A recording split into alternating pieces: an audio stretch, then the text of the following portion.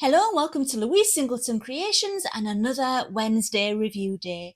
Last week in my video I hinted that I was expecting a brand new delivery from Let's Resin, the newest tool on the block, and I couldn't wait to try it out. I was very excited because I think it could be the most useful resin tool to hit the market in a long time, and here it is.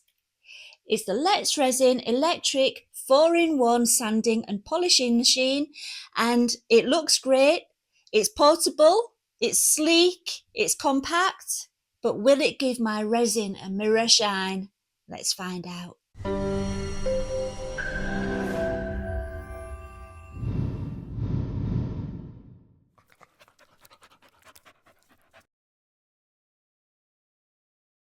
Before we get started, let's have a look to see what was in the box.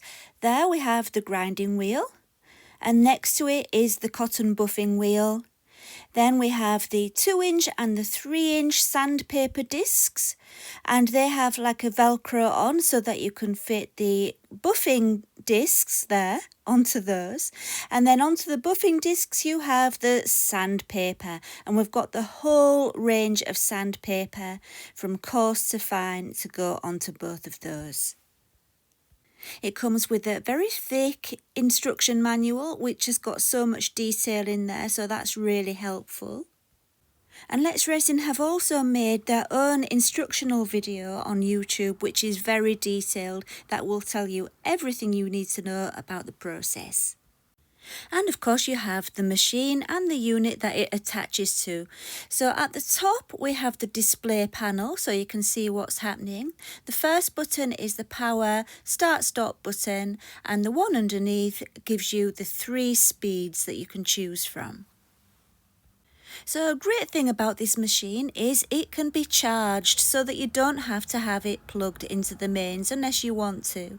And the charging cable comes with it and it plugs into the back there. I've got my own plug there, it didn't come with the plug. And then it also comes with the mains adapter, and that fits in the end. So there's 2 different ports for the power, one for charging, one for power. And yeah, you can see I've got my adapter on the end of my plug as well because it wasn't a UK plug. On the back you can see it has a groove which corresponds to the raised area on the base, and that means they fit together without sliding to the left and the right. And then it's locked into place with that cover. Make sure it clicks and you're good to go. It has 6 suction feet on the bottom so that it can attach to your table without moving around, as long as your table is kind of really smooth. I've got a silicone sheet on my table, like a tablecloth, and it works really well with suction pads. But if you don't have anything like that, you could use a large ceramic tile or something like that. That is the dust cover, which will stop residue flying everywhere when you're using the polishing wheel or the grinding wheel. You will also need a spray bottle of water. This was the only one I could find and I had to keep refilling it. You need something much bigger than that really. And the idea of the water is so you can do wet sanding, which is really good. I prefer to use wet sanding with resin.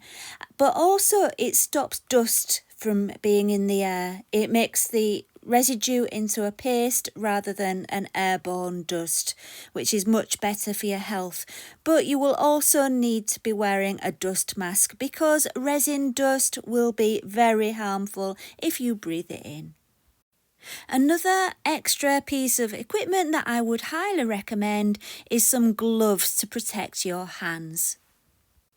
In the instruction manual, there are very detailed safety precautions which do say don't touch any moving parts, but sometimes it's easier said than done.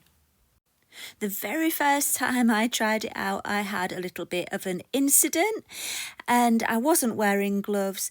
You see here, the sandpaper disc slightly protrudes on the outside there, and I caught my finger on that as it was moving round. It was very easily done. I was being very careful, but these things happen, and yeah, it cut my finger and it was quite a painful cut. So yeah, I highly recommend wearing gloves. So this machine will polish and sand all different kinds of materials, but today I'm going to be focusing on epoxy resin and also some eco resin at the end. I already roughed up this coaster using the 100 grit sandpaper, so I'm not going to be using the first three. I started with the 100, so I don't need anything coarser than that. I need to start with the next one up after the 100, which is 180, and then work my way through them all up to the 5000. Okay, that's enough detail, let's get on with it. Here we are on the first sanding disc, which is the 180 grit. I've sprayed it with water already and I'm just moving my coaster around on there for around 3 minutes until the scratches which I had on there from the first grit of sandpaper have completely gone. You might have noticed that I removed the platform for doing this. It was much easier because of the size of the coaster to do it without the placement platform on there. But in a moment you'll see that I slot the platform back on because it's much easier to do the edges of the coaster with the platform on. And there it goes, it just slides on really easily, clicks into place, and I can rest my coaster flat onto the platform and spin it around to do the edges. I think that's a really good thing, that a really good touch. They've thought this through, haven't they? I think you can tell just from the sound of that Velcro how strong it is, can't you? Anyway, I've just taken off the 180 grit and now I'm adding the 320 grit sandpaper. And then I just needed to slot it back into place, close the cover until it clicked, and go through the same process again by wetting the sandpaper and holding the coaster in position. So you can do your sanding in handheld mode without the platform there at all, but I would say only do that with the 2-inch sanding disc, not this one. And that's also what I believe is recommended in the manual too. You have much better control over the smaller one and it's going to be safer and easier. But with this big disc, if you're going to try it in handheld mode, at least put it down to speed 2. Speed 3 will be just too high to use it with without the platform. Too hard to control. So yeah, I think it works better with the platform anyway. Now let me show you how much sound comes from it.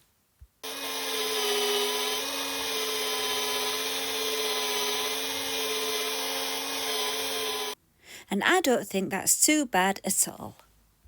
Here's how it looked after 3 minutes with the 320 grit sandpaper.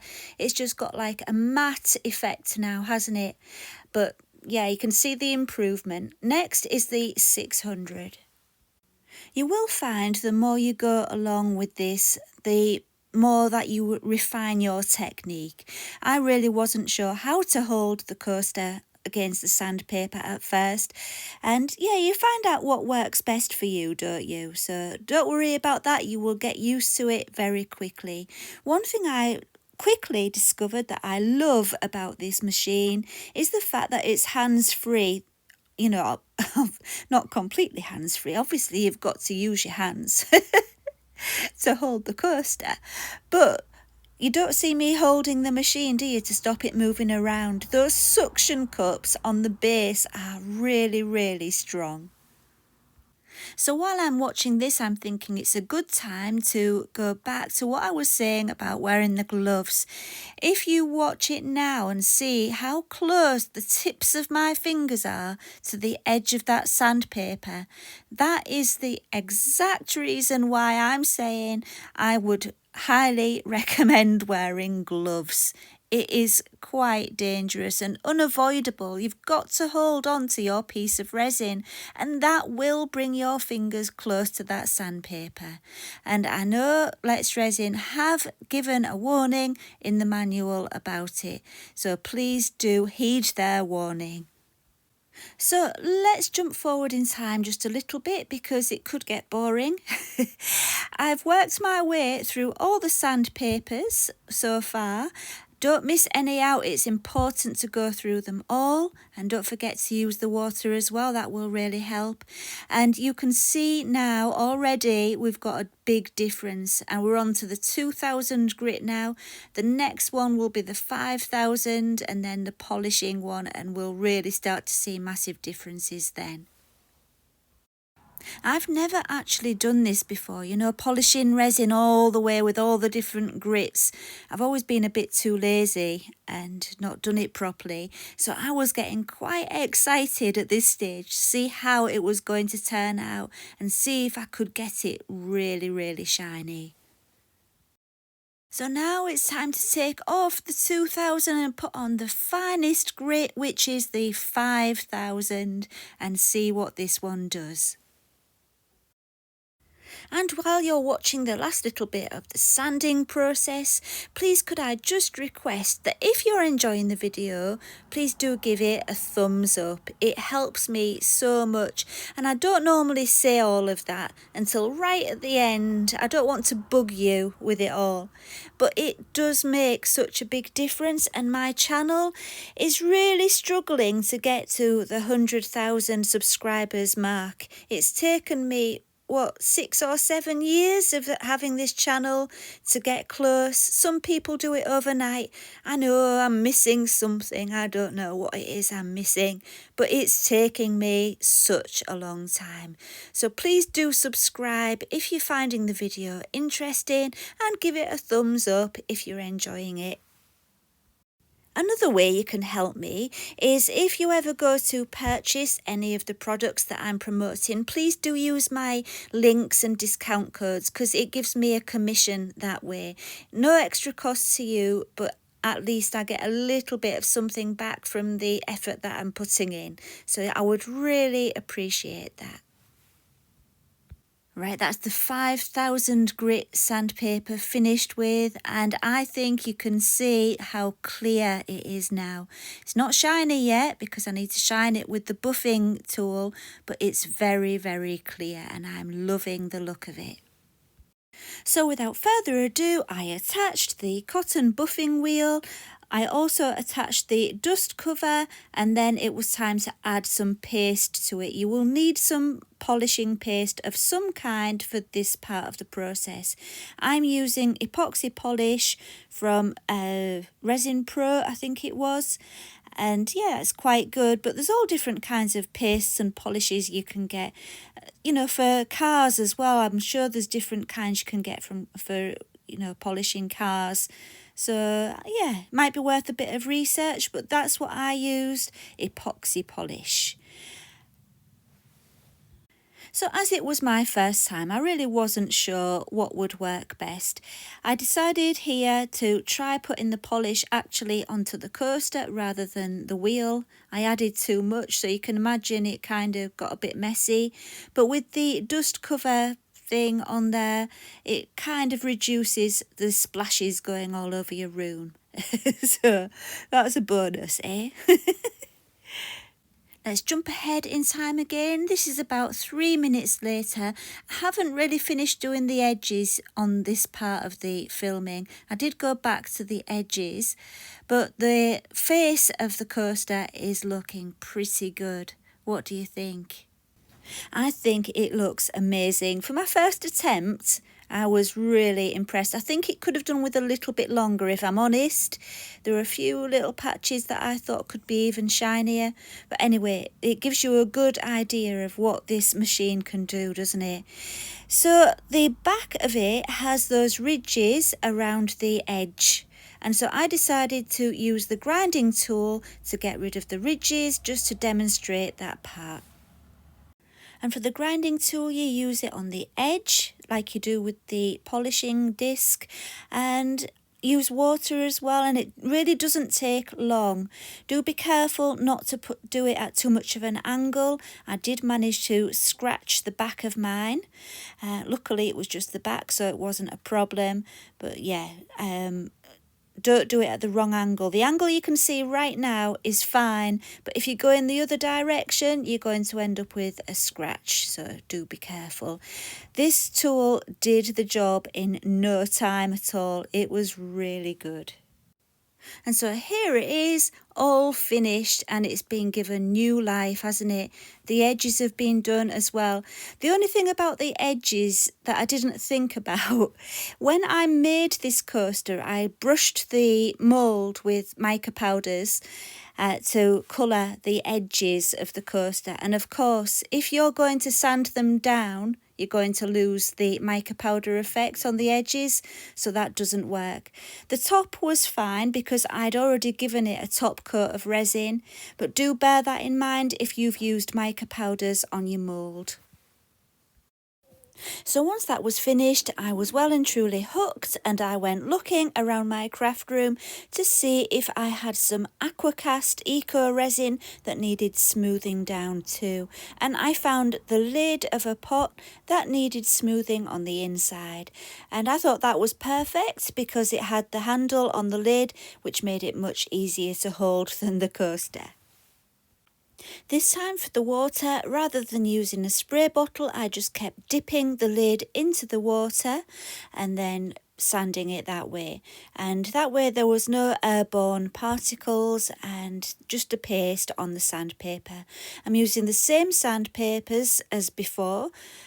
You can use them more than once. You can even wash them before reusing them, and that works really well. So with eco resin, the process is much quicker. You don't need to spend long with each sandpaper, and yeah, it was a very quick process and very successful. While I was smoothing down the resin, it was a long process, and so I just had it plugged in all the time. But for eco resin, really, you could use it cordless. Just keep it on the edge of your desk and have it handy for when you finish your demoulding and quickly sand down the bottoms and any other rough areas without plugging it in. So that's really handy, and I think that is when the cordless aspect will be useful. I think for using it on resin, I would always have it plugged in, but yeah, just keep recharging it for when I'm having it handy on the edge of my desk for the eco resin. And the results are great, aren't they? Absolutely lovely. I'm very pleased with the way it works. So once that was dried out, it could be waxed, and I think I just picked up the closest wax that I had to hand. It was a cutting board wax. It doesn't really matter, it's only for the inside of the lid, and yeah, polished that up with the wax and it was good to go. So we've reached the end, and traditionally this is the time where I tell you what I think about the product, but do I really need to? I don't think I need to. I will anyway. I love it. I think it's brilliant. It's so handy. It does what it's supposed to do. And yes, I do think I got a mirror shine. I'm so happy and would highly recommend it. And I'm so pleased to be able to say I've just had a look on Amazon UK, and it is available in the UK on Amazon. A lot of the time the things that I promote are sent to me, and I don't realise until afterwards that they're not available in the UK, but this one is, so that's brilliant. If you're interested in getting one for yourself, please check out the links and discount codes in the video description. So that's it for this week. I hope you've enjoyed it or found it useful. I will see you again next time. Thank you for watching, and bye for now.